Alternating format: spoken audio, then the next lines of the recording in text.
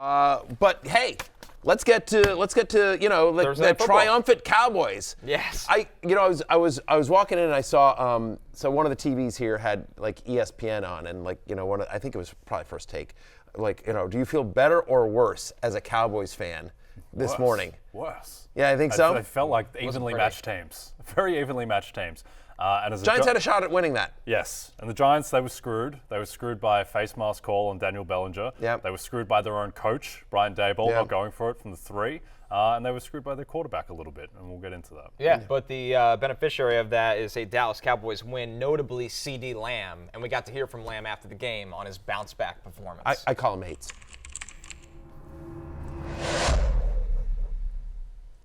Finally got one-on-one. I think that was the only one-on-one I got all game, and we exploited it. Shout out Dak for the ball. Shout out the OC for the play call. So I have the utmost, belief in myself and my ability and my talent, and so does the coaches. So again, everything that transpired last game was not personal. It's my will to win, and I love to win. I hate to lose. 7 catches for CeeDee Lamb, 98 yards, a touchdown. Honestly, Matthew, it felt like this performance could have been even bigger, quite frankly. 1,000%. I mean, they got. It's not that tough. You heard Lamb just say, shout out the OC for the play call. It's not that tough. 30% target share in this game. The previous 2 games, he had a 15% target share. He's your best player. Get him the ball. It's the Josie offense from my days of coaching girls basketball. Get the ball to your best player. Your historic run. Yeah, my historic run, my undefeated run coaching 12 and under girls basketball. We had the best player in the league, a girl named Josie. You know what we did on offense? We got Josie the ball. We went undefeated. And so, listen, Cowboys, that's all you got to do. He was your best player. 88. Get him the ball. Look, this is the season high for him in fantasy points. Weeks 1 through 3, he was averaging just 16 points. This is an important game, I thought, not only for CeeDee Lamb, but for the entire Cowboys, and probably more of an NFL conversation than a fantasy one. But they're at Pittsburgh, home to Detroit, a bye, then at San Francisco. 3 games that are very tough coming up here as well. And so, Lamb is matchup proof. I don't care about Joey Porter or whatever. Lamb is an automatic start no matter what. But important win for the Cowboys, and you feel a lot better about your first-round pick, CeeDee Lamb, after last night. Yeah, you mentioned those next 3 games, Pittsburgh, Detroit, San Francisco. After that, at Atlanta, home Philly, home Houston. It doesn't really get easier. This could spiral. Micah Parsons has hurt his ankle, and we don't know about his availability going forward. So football-wise, not amazing. Do you think it's a little bit concerning that CeeDee, that's not concerning, but it is a little bit of a dampener that he started off so well and then just kind of wasn't seen really in the second half? And also, past 3 games for CeeDee Lamb, 8 targets, 7 and 7. We're not seeing those kind of 13, 15 target games that we were seeing last year. Assume some of that is just rust because he didn't have the full training camp, but it seemed like he was going to explode for one of those CD games where it was 160 yards and 2 touchdowns. I'll tell you what it is. It's time of possession. Yeah. I mean, the defense is such a problem right now that they are hurting the Cowboys fantasy players. Well, for sure. And by the way, it's also, again, we'll get into the running game here in a second, it's a one-dimensional offense. It's the thing we've talked about Dallas all along. They don't, and it's one of the reasons why we like Jake Ferguson, by the way. My best bet yesterday was CeeDee Lamb over 82.5 receiving yards. It closed at 81.5. He ends up obviously cashing that. Connor, your best bet was Jake Ferguson over on the receiving yards. That also cashed last night. But honestly, that's it. It's Lamb and it's Ferguson. They don't have much. So far we haven't seen a tremendous emergence from Brandon Cooks or Jalen Tolbert. The running game is a little bit of a mess as well. We'll get into that in terms of Dowdle over Zeke. But still, if you're a defensive coordinator, and by the way, Dak Prescott doesn't run anymore. So he's like a one-dimensional pocket passer, and you're just sort of okay, you heard CeeDee Lamb in the quote. He's it was the only time he saw single coverage all game. He's so if you're a defensive coordinator, you're I ain't worried about Dak taking off on us, and I ain't worried about the run game, really. I'm not worried about Rico Dowdle breaking off a 40-yard big play. So if I bracket CeeDee Lamb, if I just put a bunch of guys around him, I'll give up 7 yards of reception to Jake Ferguson, whatever. You know what I mean? But, you're not worried about that. Again, the Giants had a chance to win last night and didn't, and, I would agree with you that I think you feel worse if you're a Cowboys fan after last night. Dak yesterday, his average depth of target 5.5 yards. That is extremely shallow. So right now it's a team that can't run the ball and it's a team that's not getting really deep. I mean, the touchdown to CeeDee was a comically blown coverage as well. I'm not sure that's particularly. It was a good pass. Like, I mean, hit him in coverage. Yeah, and look, CeeDee Lamb will do that. That's how good he is. But yeah, it's not. You need that Cowboys offense to be explosive and all-world like it was last year to compensate for what right now seems like a below-average defense. One thing we did see, Jay, is this backfield is shifting towards Rico Dowdle. It's something we've talked about all week. Less and less Ezekiel Elliott. Sure, Hunter Luepke, their fullback, somehow plays half the snaps. But this is Rico Dowdle's backfield now. Yeah, definitely. And I think still with all the problems with the Cowboys offense, he's still the lead running back for the Dallas Cowboys, a team that was an elite offense last year and you suspect will get right at some point. I think it's a little bit of a concern, and I understand that it's health-based too, but like Tony Pollard looks so much better in Tennessee than he did in Dallas last year. So, look, I don't think you're not starting Ezekiel Elliott anywhere anymore for the time being, I think. I'll go this far, right? 1,000%. If you're in a Yahoo league where you can cut bench players after they've already played, I have no issue dropping Ezekiel Elliott now and try to pick up a backup running back, somebody that might have value over after the weekend is over. But just because, you see the numbers there. Okay, fine. Rico Dowdle caught a touchdown pass, which I don't think is going to happen. But I thought it was worth noting that they had one goal to go rushing attempt, and they brought in Rico Dowdle. Rico Dowdle got that, not Zeke Elliott. Like, you would think if the one thing you can do with Zeke is at least he's close. He's going to be the one that falls in the end zone. Like, they didn't give him the goal line work, and half of his work came, sort of towards the end. And again, I wonder if, had this been a normal game, short week, obviously, you want to sort of protect your guys, and running backs tend to, on Thursday nights, get less work because they've just had a heavy workload on the Sunday before. If this game had been on a Sunday, I wonder if Dowdle is how they used to sort of ice the game at the end. At this moment, it feels like Ezekiel Elliott is an insurance back for Rico Dowdle, who's not great. He's an insurance back on a bad running team. You don't feel anyway. So I don't think there's a ton of upside there. I'd much rather have a Bucky Irving, a Ray Davis, a Braylon Allen. Pick any of these backup running backs that we think if they were to get the starting job. I'd rather have Isaac Guerrero than Ezekiel Elliott at this point. Yeah, 1,000%. I just shout out to Zeke, great fantasy career, but at the moment unless you're in the deepest of leagues. On the Giants side of things, the story continues to be Malik Neighbors, targeted 15 times. He catches 12 of them for 112 yards before he had to leave the game because of a concussion. But after the game, the story really was everybody wondering if Daniel Jones can push the ball down the field in this offense and what's going on there. So take a listen to Jones after the loss.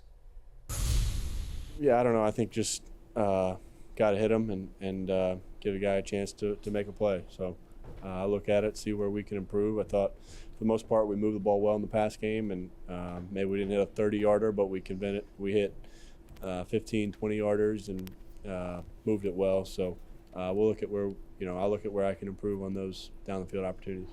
It seemed like on a few of those third downs, you were throwing the ball underneath and trusting Malik and Mondale specifically to pick up the yardage after the catch there. I think that's always part of our plan. I think the way we a lot of those plays are designed to have options underneath that the coverage dictates that's where the ball is supposed to go, and we trust our guys to catch and run, and they've done that well. Very Wall Street look for Daniel Jones, Jay. You can relate. Yeah, very Gordon Gecko. Needed more Gordon Gecko type ruthlessness than the passing game, to be honest. Yeah. It was a little bit of what can I do to get you into this Acura today? It was a little bit of that luck too. Some of that. Giants receiving leaders. Wan'Dale Robinson getting a ton of targets, Matthew. I mean, if you I'm so bitter about this. I'm so bitter about this. Do you understand how many years I hung on to Wan'Dale Robinson? His rookie year, he's been drafted as a second rounder out of Kentucky. They're going to use him all these different ways. And then, now here comes Dayball. Dayball's going to use him. Year after year, go back and look. Wan'Dale Robinson is on my preseason love list. Others receiving votes for I think 3 straight seasons now, and I've finally bailed on him. And That's how it goes. because I'm just it's done. And now Now he's Alvin Kamara reincarnated. He's a PPR cheat code as well. He's got a 28% target share this season. He's had at least 8 targets in 3 or 4 games. Right? It's the 3rd best fantasy game of his career, by the way. 11 for 71 on 14 targets. Again, they can't really run the ball either. Devin Singletary is sort of like whatever.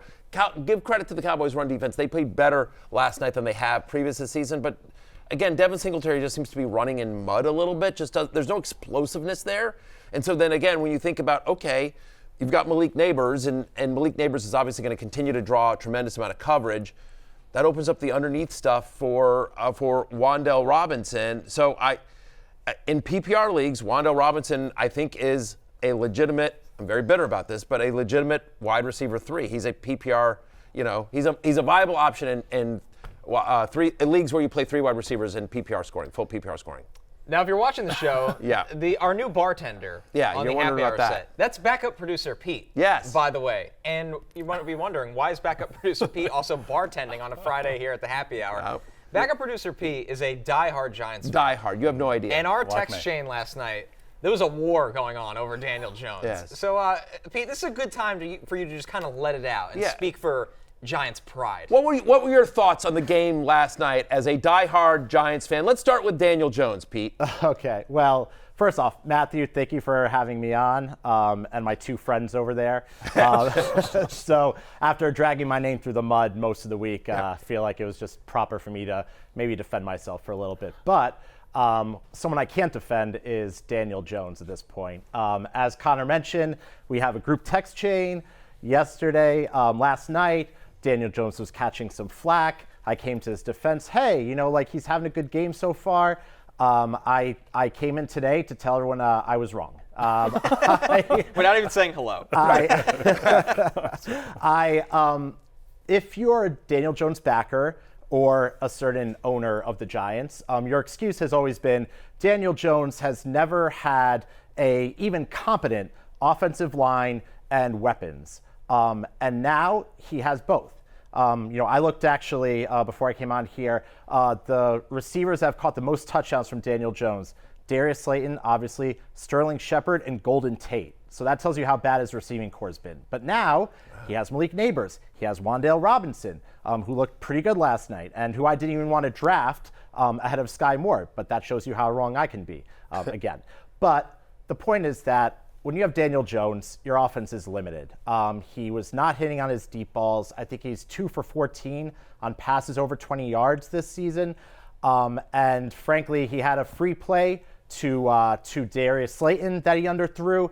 I don't know what happened because his rookie year, he was a good deep ball thrower. But I think he's just lost it over the years. And you cannot make it as an offense in today's NFL with these 15-play, 60-yard drives. And that's why Malik Neighbors is on pace for about 220 targets this season. That's not sustainable. So for $40 million, that's not what you're paying for. And I hopefully look forward to Daniel Jones being not on the Giants next year, and I really just hope he doesn't take Brian Daboll down with him. Pete, the good news is you're at a bar, so you can sit there as long as you like today. Yeah, 1,000%. Hey, but you said you hope he doesn't take, you're pro Brian Daboll? I'm pro Joe Shane. I'm pro Brian Daboll. I think this organization has a history of being stuck in the past, and I think those are 2 guys who have kind of brought them into the present, except they've been stuck with the old school quarterback who just can't make it in today's game. So I wave a magic wand and I make you the general manager. I give you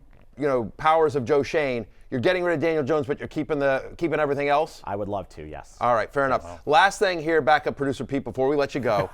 1,000%, this show, and specifically me, have dragged you through the mud, not just this past week, but honestly, since the show has been on the air for over 2.5 years. My over kids 2.5 years, at Pete. Home. They're very sad. So I am going to, we are nothing if not fair and balanced in our coverage, backup producer Pete. So I give you the floor to say whatever you want to me, about the show, whatever. Have at it. The floor is yours. Equal time, my friend. What I will say is working on this show is one of the favorite parts of my week, and I do a lot of fun stuff here at NBC, but you guys are always fun to work with, even when Matthew is throwing to sound that does not exist and was never discussed at any point. But you guys are a good time.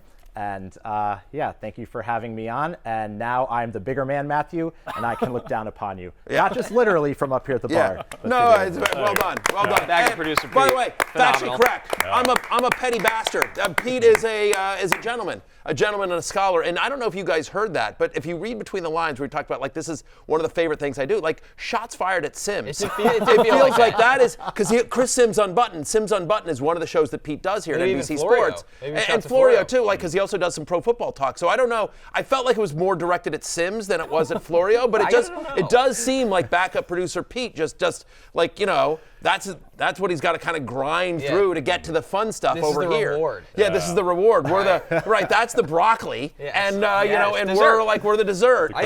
Yeah. So happy hour. Just so you know, Cris Sims, Pete speaks only for himself, not for. We have no beef. The three of us, we have no beef with Cris Sims or the Sims Unbuttoned team. I thought it was a great speech by Pete about Daniel Jones. It was like the antithesis of the Goodwill Hunting. It's not your fault. It's like, oh, it is your fault. Yeah, it is your fault, Matt Damon. By the way, that movie ends with Matt Damon getting in a car to California to see Minnie Driver. If anyone hasn't seen that. Came out in 1997. Yeah, so it's there you go. What's the year rule on spoilers? Well, longer than. We really 27 years ago. That one's fair game. No, we should start a weekly segment called Jay Ruins Movies. Yes. Jay spoils movies. It's quite good. I think the surprise factor of it, though, is the best part. You don't know when he's going to do it, so you try to shut off your. Anything in the 90s is fair game. I think that's fair. I'll That agree with is fair enough. Goodwill Hunting is still a great movie. Yes, It's- very, that, very watchable. that movie Like is not Shawshank. about the ending. I will No, say that. That exactly movie's right. not about the ending. I'll spoil the start later. there you go.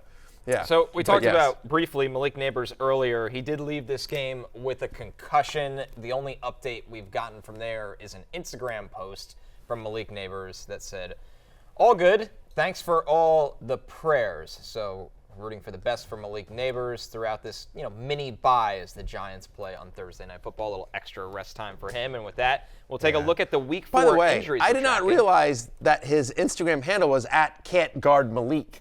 No lies Which is something detected. like, well, no, but like Michael Guard Thomas Mike. was Can't Guard Mike. Yeah, but now Can't Guard Mike. it's hitting a little better these days with Malik Neighbors. By the way, it's accurate. Well, one of them is one Offensive Player of the Year, Connor, and it's not the Giants rookie. Yeah, well, he's going to win Offensive Rookie of the Year. So He's certainly the favorite. By the way, third straight game with over 22 fantasy points from Malik Neighbors. He's got a 46% target share of his past 3 games. That is not a typo. 46%.